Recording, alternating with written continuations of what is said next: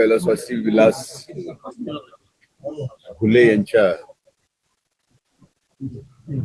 खून झाल्यानंतर त्यांच्या परिवारात सांत्वनपर आज मी या ठिकाणी भेट द्यायला आलो. त्यांनी जी परिस्थिती सांगितली त्या परिस्थितीच्या अनुरूप चौकशी होऊन सर्वच्या सर्व आरोपी अटक होणं हे खऱ्या अर्थानं आज या कुटुंबाची पहिली मागणी आहे. खरं तर ही घटना एसटी समाजातला एक उमेश माने याला मारण्यासाठी काही लोकांनी ठरवून येऊन गावकरी हॉटेल जे घुलेंचं आहे तिथं त्याला मारहाण करायचं चालू केलं. त्या उमेश मानेला एकट्याला मारतायत म्हणून गावकरी हॉटेलचा मालक विलास घुले ते भांडण सोडवायला गेला. तिथं मात्र उमेश माने ला बाजूला ठेवलं आणि विलास घुलेची निर्गुण हत्या त्या ठिकाणी करण्यात आलेली आहे. या घटनेमध्ये आतापर्यंत पोलिसांना विचारलं तर 9 आरोपी अटक केलेले आहेत, पण पोलिसांनी एक आरोपी आणखीन अटक केला नाही. तो पोलिसांचा का लाडका आहे हे तर मला ज्या व्यासपीठावर बोलायचं ते बोलेल, पण 302 मध्ये एका आरोपीला अटक होत नाही का तर त्याची वेगळी तपासणी चालू आहे. म्हणून का पोलिसांना या एका व्यक्तीला या सबंध केस मधून बाहेर काढायचं आहे, त्याच्यासाठी त्याला बाहेर ठेवलंय.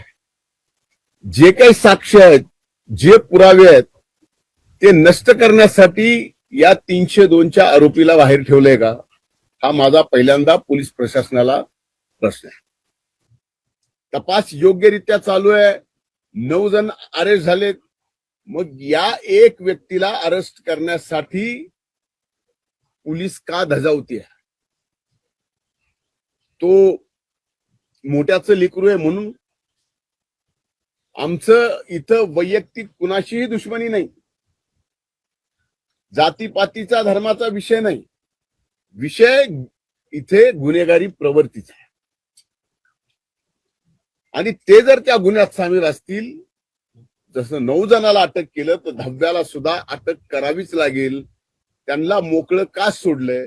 आता भीती ही आहे की जो एक आरोपी बाहेर आहे, जो मोकळा आहे, त्यांनी जर साक्षी पुरावे एव्हिडन्स जे काय आहे ते टॅम्पर केले तर यातनं बाहेर काय येणार? म्हणजे आमचा आता पूर्णपणानं पोलिसांवरती असा संशय आहे की त्यांना या प्रकरणात एका आरोपीला वाचवायचं आहे म्हणूनच ते अटक करत नाही. पण आज इथं उपस्थित सर्वांच्या साक्षीनं सांगतो की पोलिसांना सुद्धा त्या आरोपीला अटक करावी लागल. एवढ्या ताकदीनं आम्ही सुद्धा आता रस्त्यावर उतरू. आम्ही सुद्धा शांत बसणार नाही. एकाला एक न्याय आणि एकाला एक न्याय, एका गुन्ह्यात एकाला एक न्याय, एका दुसऱ्या गुन्ह्यात एकाला एक न्याय, वेगवेगळ्या प्रकारे. आतापर्यंत या बीड जिल्ह्यात 22 खून झालेत. दुर्दैव या बीड जिल्ह्याचं की पोलीस प्रशासन, काम करणाऱ्या पोलीस प्रशासनाच्या कर्मचाऱ्यापासून ते पोलीस अधिकाऱ्यापासून डीवायएसपी पासून फक्त एसपीला अन्नाव लावायचा अधिकार आहे. बाकी कुठल्याही पोलिसाला अन्नाव लावायचा सुद्धा अधिकार नाही. हे देशभरात कुठल्या जिल्ह्यात नसेल, ते आपल्या बीड जिल्ह्यात, आणि हे दुर्दैव आहे. आम्ही या ठिकाणी पूर्णपणानं सामाजिक सलोखा जपून तशा पद्धतीचं कुठलंही कुणाचंही मन न दुखवता, कारण इथं तुम्ही ऐकलं असेल की या टाकडीचे आणि कदमवाडीचे किती चांगले प्रत्येक माणसाशी प्रत्येक घराशी संबंध किती चांगले हे टाकळीकरांना माहिती आहे आणि कदमवाडीलाही माहिती आहे. मारायला दाखवायचं एकाला आणि खून करायचा एकाचा, आणि याचा सूत्रधार नेमका अनेक जणांनी साक्ष दिली आहे, पण त्यांना ती साक्ष पटत नाही पोलिसांना. मग नेमकी कुठली साक्ष पोलिसांना पाहिजे? या बाबतीत आम्ही हे प्रकरण अतिशय गंभीर्याने घेतलंय. अधिवेशनाच्या पहिल्या दिवशीच ही घटना घडल्यानंतर मी स्वतः सभागृहामध्ये हा मुद्दा काढला. या मुद्द्यावर अतिशय प्रखरपणे मी सभागृहात भांडलो, आणि आता राहिलेला एक आरोपी तो कुणाचाही असो, मला देणं घेणं नाही, कुठल्या जातीपातीचा असो, कुणाच्याही जवळचा असो, घेणं देणं नाही, पण न्याय हे सगळ्याला सारखा असला पाहिजे. आणि तो न्याय सगळ्याला सारखा मिळावा म्हणून पुन्हा एकदा मी विधानसभाचं अधिवेशन पावसाळी चालू आहे.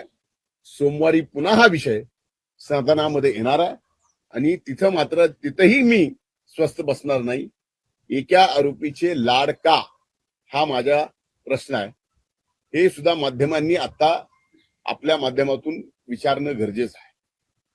आजपर्यंत सभागृहात सुद्धा मी कुणाचं नाव घेतलं नाही, कुठल्याही आरोपीचं नाव घेतलं नाही. ज्याचा खून झाला त्याचंच फक्त नाव घेतलं.